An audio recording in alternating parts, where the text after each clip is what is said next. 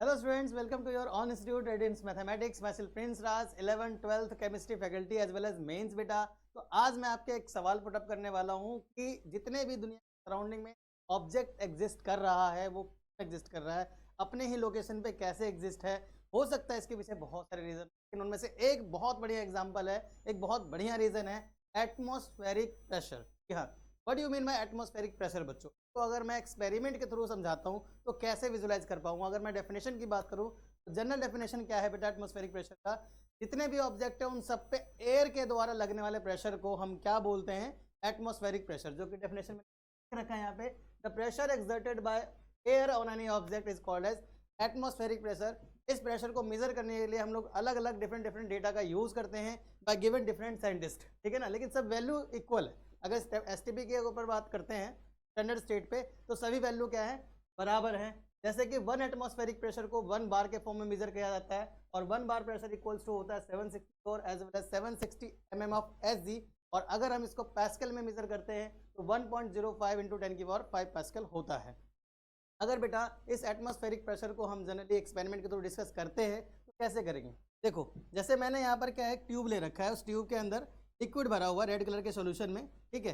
तो यहाँ से और यहाँ से दोनों तरफ से जो इसका सरफेस एरिया वो ओपन है, जिसकी वजह से लिक्विड का जो पोजीशन है वो भी क्या आ रहा है? इक्वल आ रहा है, क्योंकि दोनों तरफ से एयर का प्रेशर क्या लग रहा है?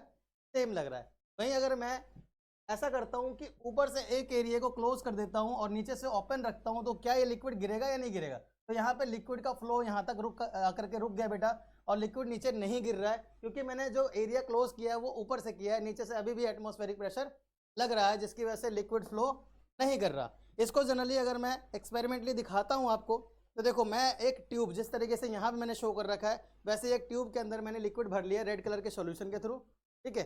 अब मैं देखो ऐसे अगर एक पर्टिकुलर स्टेट पे रखता हूँ तो दोनों तरफ से सेम प्रेशर लग रहा है। जो ओपन एरिया दिख रहा है आपको ऊपर की तरफ से, दोनों तरफ से सेम एयर का प्रेशर लग रहा है। इस वजह से दोनों का लिक्विड का जो एरिया है वो सेम स्टेट पे है, सेम लेंथ पे है। अगर मैं इसको ऊपर नीचे करता हूँ तब भी इक्वल एरिया पे ही लिक्विड एग्जिस्ट करेगा। देखो बिल्कुल इक्वल एरिया पे है।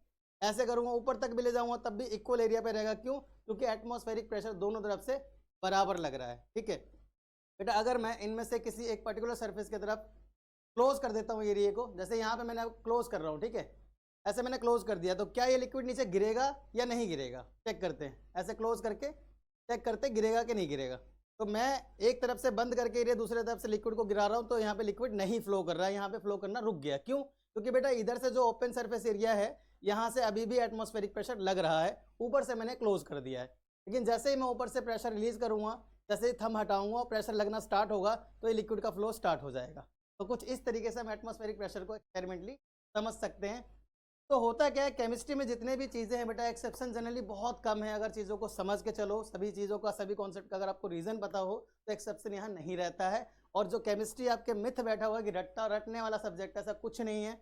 तो कॉन्सेप्ट को बिल्ड करो और हर एक पर्टिकुलर कॉन्सेप्ट की रीज़न फाइंड आउट करने की कोशिश करो, और रटना बंद करो और समझना स्टार्ट करो। Thank you so much.